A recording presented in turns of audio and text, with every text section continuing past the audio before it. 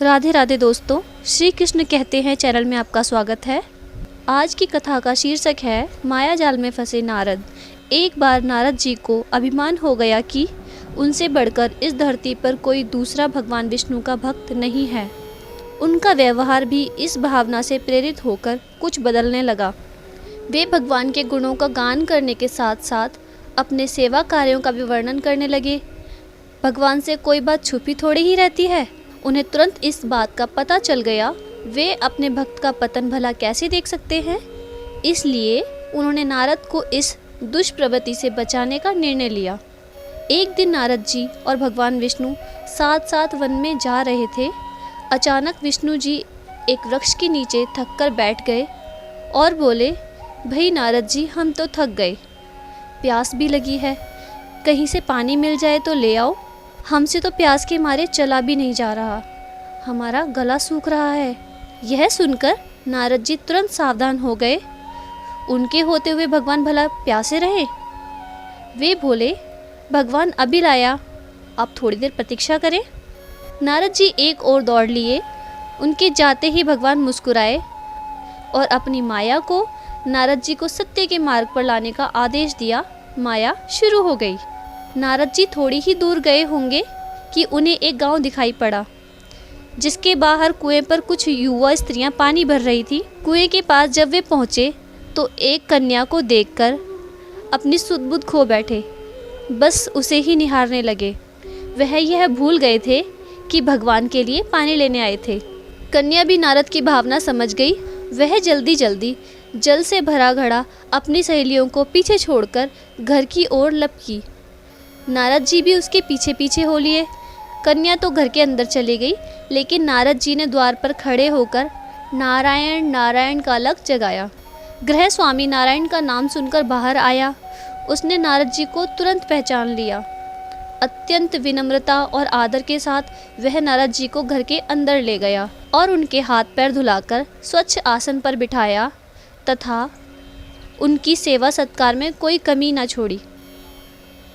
उनके आगमन से अपने को धन्य बताते हुए गृह स्वामी ने अपने योग्य सेवा के लिए आग्रह किया। नारद जी बोले, आपके घर में जो आपकी कन्या जल का घड़ा भरकर अभी अभी लाई है, मैं उससे विवाह करना चाहता हूँ।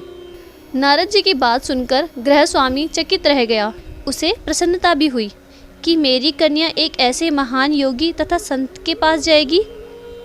उसने स्वीकृति प्रदान कर दी और नारद जी को अपने घर में रख लिया। 2-4 दिन पश्चात शुभ मुहूर्त में उसने अपनी कन्या का विवाह नारद जी के साथ कर दिया तथा उन्हें गांव में ही इतनी धरती का टुकड़ा दे दिया, खेती करके वे आराम से अपना और अपने परिवार का पेट भर सके। अब नारद जी की वीणा एक खूंटी पर टंगी रहती, जिसकी ओर उनका ध्यान बहुत कम जाता। अपनी पत्नी के आगे नारायण को वे भूल गए। दिन भर खेती में लगे रहते, कभी हल चलाते, कभी पानी देते, कभी बीज बोते, तो कभी नराई गुड़ाई करते। जैसे जैसे पौधे बढ़ते, उनकी प्रसन्नता और बढ़ जाती। फसलें हर वर्ष पकती कटती, अनाज से उनके कोठरे भर जाते। नारद जी गांव के एक संपन्न किसान माने जाने लगे। वर्ष दर वर्ष बीतते चले गए और नारद जी की गृहस्थी भी बढ़ती चली गई। 3-4 लड़के लड़कियां भी हो गए। अब नारद जी को एक क्षण भी फुर्सत नहीं मिलती थी। वे हर समय बच्चों के पालन पोषण और पढ़ाई लिखाई में लगे रहते अथवा खेती के काम करते रहते थे। अचानक एक बार तेज बारिश हुई, जिसने कि दिनों तक बंद होने का नाम ही नहीं लिया। बादलों की गरज और बिजली की कड़क ने सबके हृदय में भय उत्पन्न कर दिया। मूसलाधार वर्षा ने गांव के पास बहने वाली नदी में बाढ़ की स्थिति पैदा कर दी। चारों ओर पानी ही पानी फैल गया। कच्चे पक्के सभी मकान ढहने लगे, घर का सामान बह गया, पशु भी डूब गए। गांव में त्राही त्राही मच गई। नारद अब क्या करें? उन्होंने भी घर में जो थोड़ा कीमती सामान बचा था, उसकी गठरी बांधी और अपनी पत्नी तथा बच्चों को लेकर जान बचाने के लिए पानी में से होते हुए बाहर निकलने लगे। नारद जी बगल में गठरी थामे, एक हाथ से एक बच्चे को पकड़े और दूसरे हाथ से अपनी पत्नी को संभाले हुए थे। पत्नी भी एक बच्चे को गोद में और एक का हाथ पकड़े हुए धीरे धीरे आगे बढ़ने लगी। पानी का बहाव अत्यंत तेज था तथा यह भी पता नहीं चल रहा था कि कहाँ गड्ढा है और कहाँ टीला। अचानक नारद जी ने ठोकर खाई और गठरी बगल से निकलकर बह गई। नारद जी गठरी कैसे पकड़ते, दोनों हाथ तो घिरे थे। मन में सोचकर सोचा फिर कमा लेंगे। कुछ दूर जाने पर पत्नी एक गड्ढे में गिर पड़ी और गोद का बच्चा छूटकर बह गया। पत्नी बहुत रोई, लेकिन क्या हो सकता था। धीरे धीरे और 2 बच्चे भी पानी में बह गए। उन्होंने बहुत कोशिश की बचाने की, लेकिन कुछ न हो सका। दोनों पति पत्नी बड़े दुखी, रोते बिलखते एक दूसरे को सांत्वना देते हुए कोई ऊंची जगह ढूंढते रहे। एक जगह आगे चलकर दोनों एक गड्ढे में समा गए। नारद जी तो किसी तरह गड्ढे से बाहर निकल आए, मगर उनकी पत्नी का पता कहीं नहीं चला। कुछ देर तक नारद जी उसे इधर उधर दूर दूर तक ढूंढते रहे, लेकिन व्यर्थ में रो रोकर उनका बुरा हाल।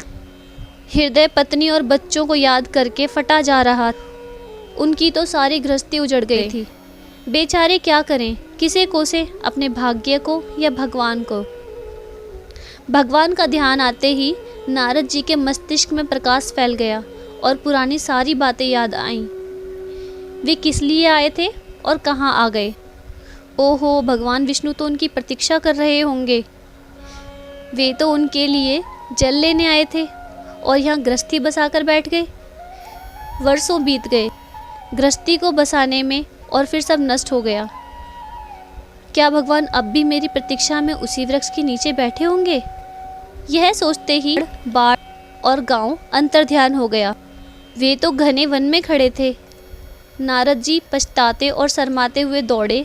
देखा कुछ ही दूर पर उसी वृक्ष के नीचे भगवान लेटे हैं।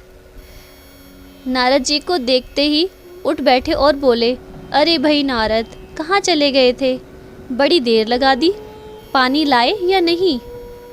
नारद जी भगवान के चरण पकड़कर बैठ गए और लगे अश्रु बहाने।